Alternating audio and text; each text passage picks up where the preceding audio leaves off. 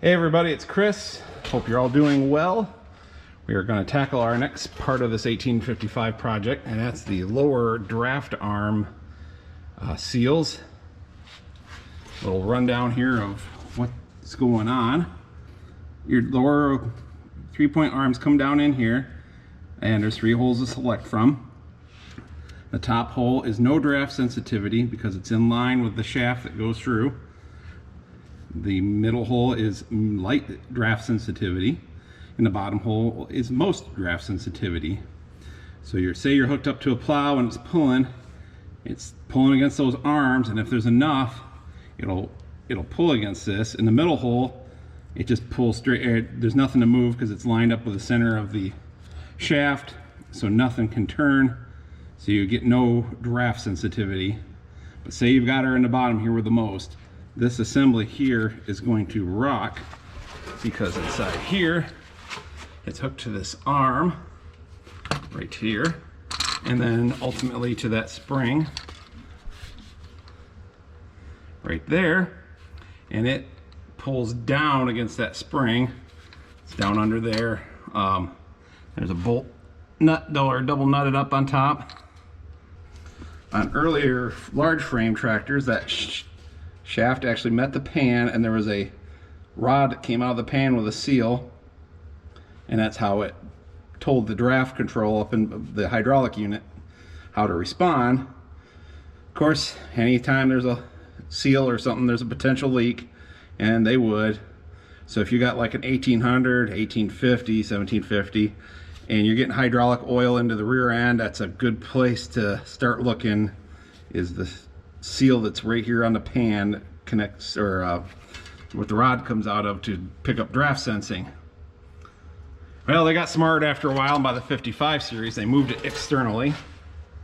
So you have an arm bolted on to the outside here on the left side that comes up, and then it is bolted onto the Rockshaft. There's a linkage here that goes over to this arm that goes inside to tell the draft or the servo valve whether or not to lift if there's a draft situation. They moved more of the linkage outside of the tractor, made it a little easier to adjust, but the biggest advantage was getting rid of that leak point where it could go into the rear end. I think earlier on they just wanted a clean look on the outside and fewer parts to get banged up, but ultimately leaks. So we will take these bolts loose. And do them one side at a time. That way this piece doesn't move around on me and have to try to get it back in, because I don't want to have to take this pressure off this spring. Who knows, maybe it would be more maneuverable than I think, but why risk it? So take those bolts out, and then this arm will slide right out. Let's see if it really happens that way.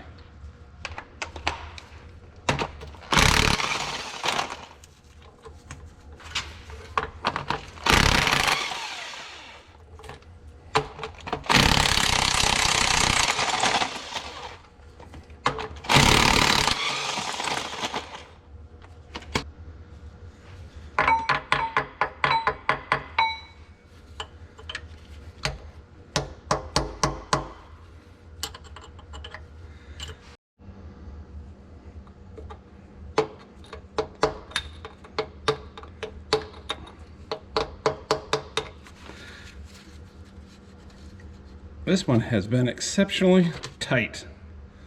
There's one washer out. Part of it is at least one time I had a chisel that fit in there good and spread them.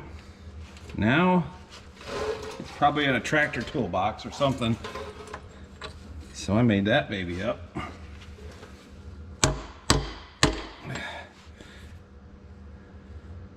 Not that it's doing anything for me.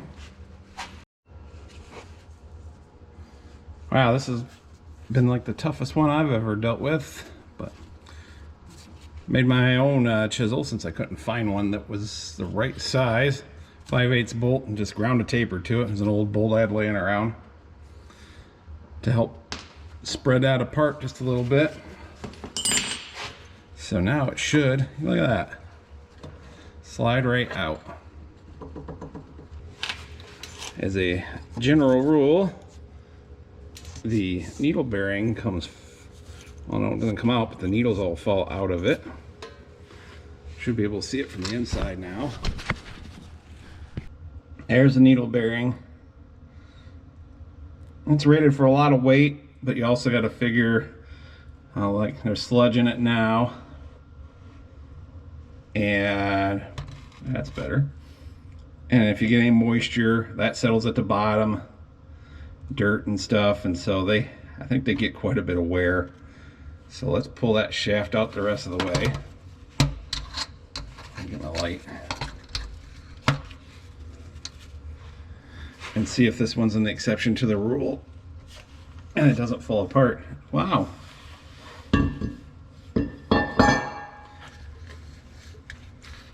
It didn't fall apart.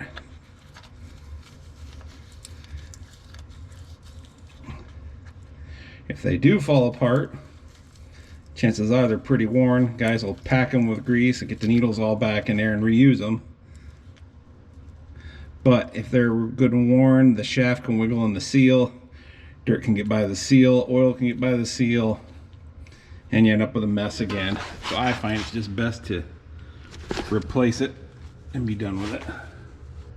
I think I will go ahead and do it because it sure ain't gonna get any easier. Okay.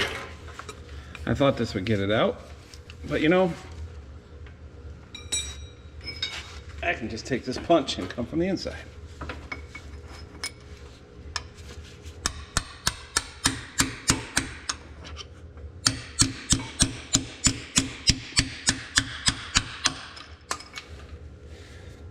Ta-da! I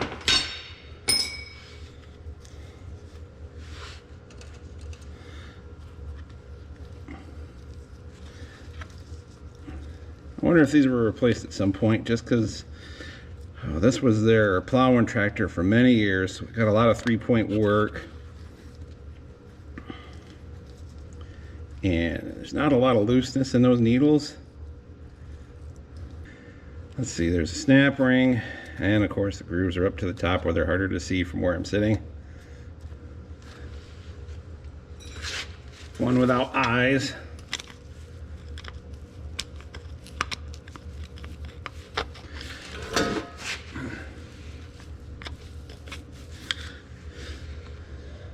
Now these are well over $100 bearing. If you just go to AGCO and get them, probably go a little bit less going through a bearing warehouse. And I'll put the different part numbers in the description, but I keep an eye on eBay. There's a couple of different equivalent bearings that will work, and every now and then you'll find someone that only wants 20 bucks for a brand new bearing, and I'll snag it. And that's what I'm going to be putting back in today. Yeah, thank you, whoever put that snap ring with the openings at the top.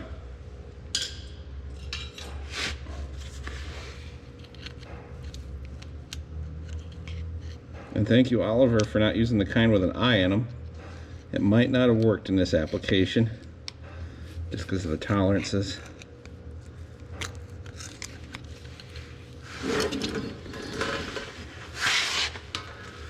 I think I'm gonna have to get my kneeler out. Now once I get down in here and actually look at it, there is a notch where I can get this screwdriver in.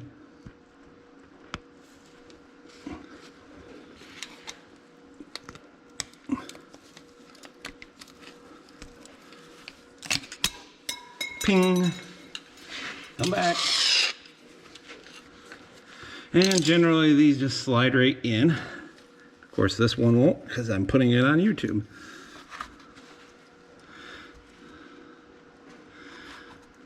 Nope. I guess that's good that the housing isn't worn. It's bad that it doesn't slide right out. I guess we'll have to hit her with a punch again. Hope for the best.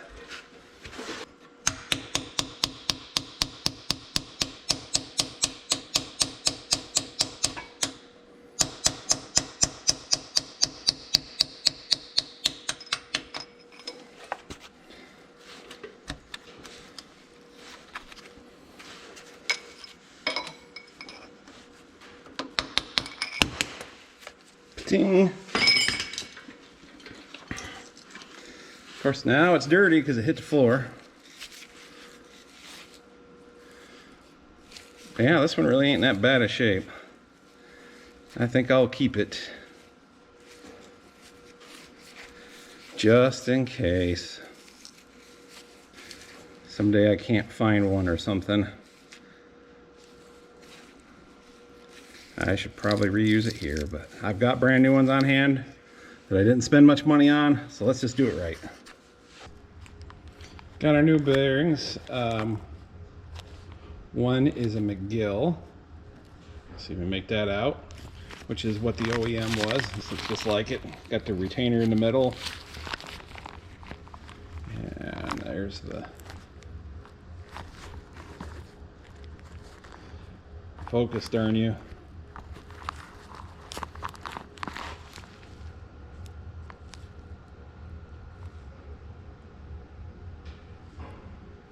Oh, made in USA.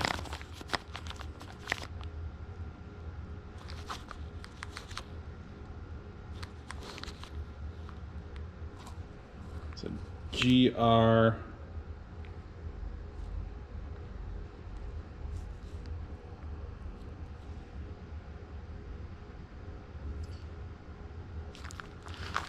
Okay. I can't quite read it without my specs. So whatever number this is, it's a McGill, original style. Looks just like the other one that I took out.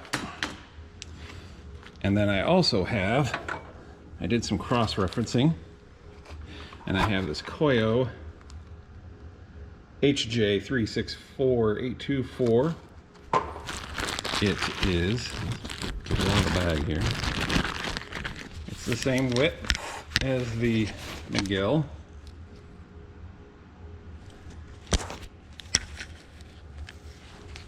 Same outer diameter. Same should be inner diameter. We'll slide it on the shaft. But the edge retains the needles. Not quite as many needles. But I do believe this was rated for actually more weight than the McGill. Yeah, look at that. Nice snug fit. Slides, rolls easy. So let's see how easy it slides into the tractor.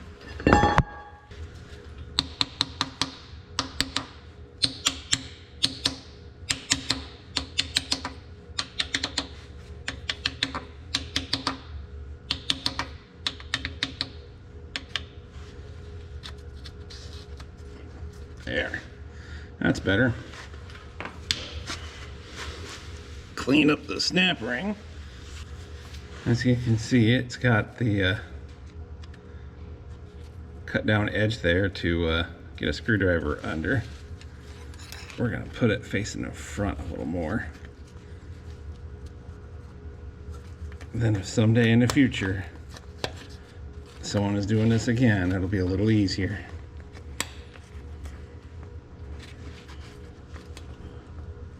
Chances are it'll never be done again.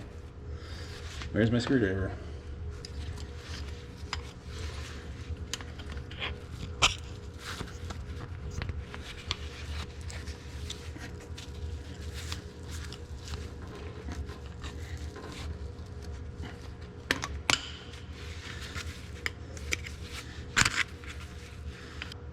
I'm not going to bother pre-lubing it because it's so low in the case.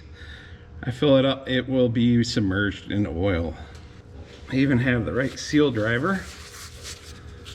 The seal is, well, it's a national 470433 SS0 or O, SSO.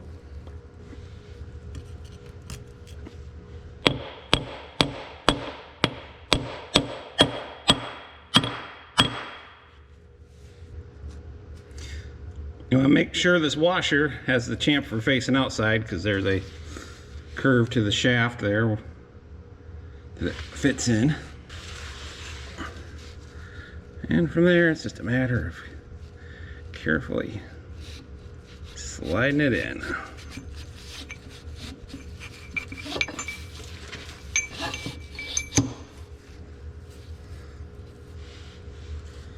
Not too tough. I will say, occasionally you'll see these U-shaped pieces here broke. Maybe one of the arms on a plow comes unhooked, and the other one swings around, really does something like this. I almost broke my light.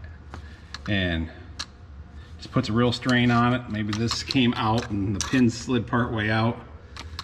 I haven't had it happen to me, but you do see it on some of these tractors, and it'll break right along in here, and guys will weld them back together rather than tear everything apart. If you're doing this job, that's a good time to replace it if you want it to be whole. There's enough parts tractors out there. There are separate left and rights, and the 15 and 16 sizes are different than the 17 on up. And then the left one on a 55 series has holes on the top for that bracket, so that's something to watch out for. But once you have the PTO unit not out, it's not too tough to switch them. You don't have to pull the drawbar off like I did. Before I take the other side apart, I'll get the washer started just to keep things from moving, and put a bolt in it. Not tighten it, but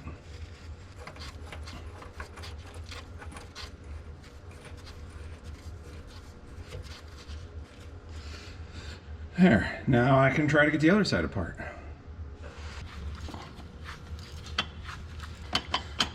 That's able to wiggle because I've got that bolt wedged in there to open up the clamp. Once the clamp's tightened back down, the wiggle goes away. Probably been easier to disconnect the single pin up here at the top and just leave it hooked up. Probably. It might happen anyways.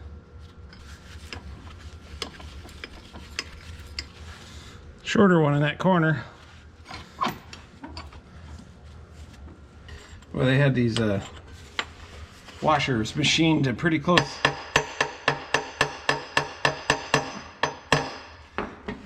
tolerances to the slot in the shaft there.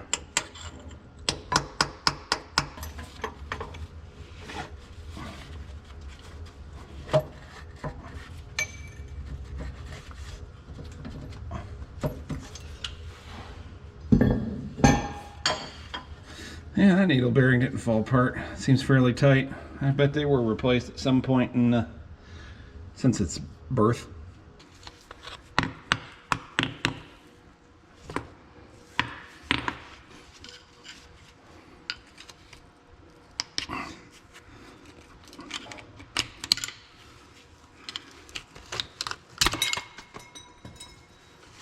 Ping! Went under a tire. Murphy's Law right there.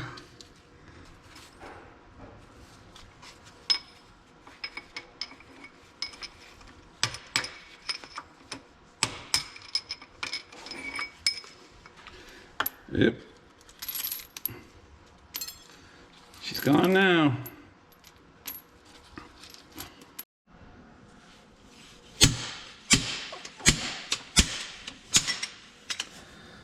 That one was a little more of a bugger.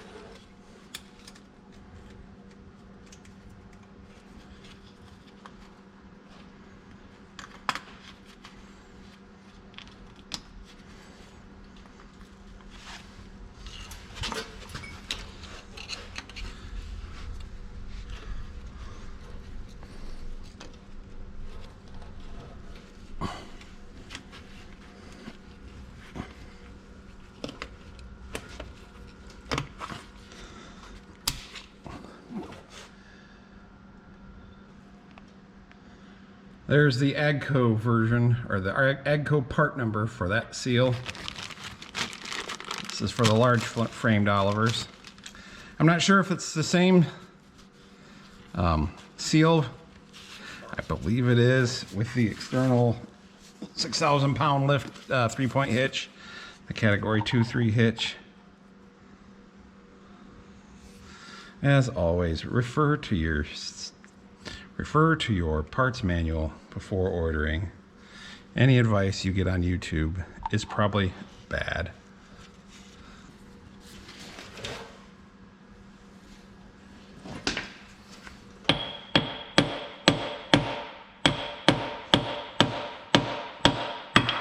Ow.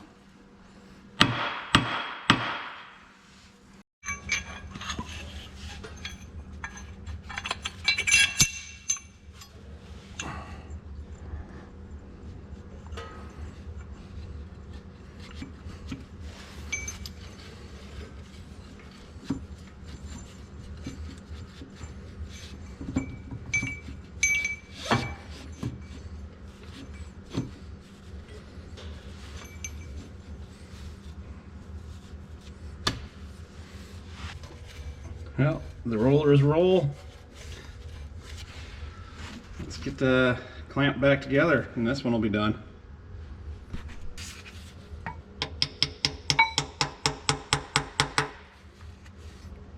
Okay, those are lined up. I can take my wedge out.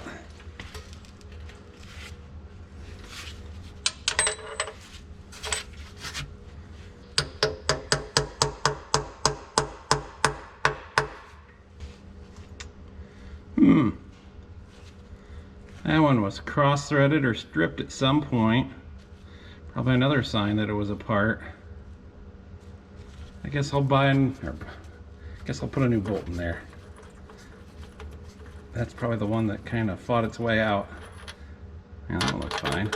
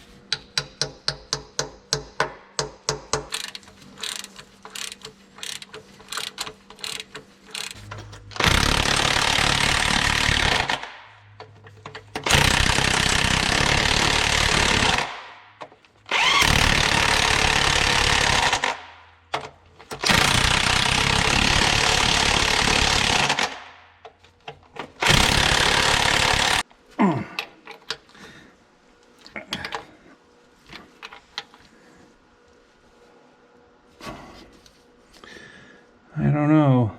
This one might not be all the way down. There we go, all back together. Not too bad of a job. This is probably actually one of the harder ones I've had to do. The bearings didn't come out the easiest, not terrible. Usually just slide out by hand. Had that bolt, and the washers were really tight in the shaft, which I guess overall is good because then there's no slop, but took a little bit longer than usual.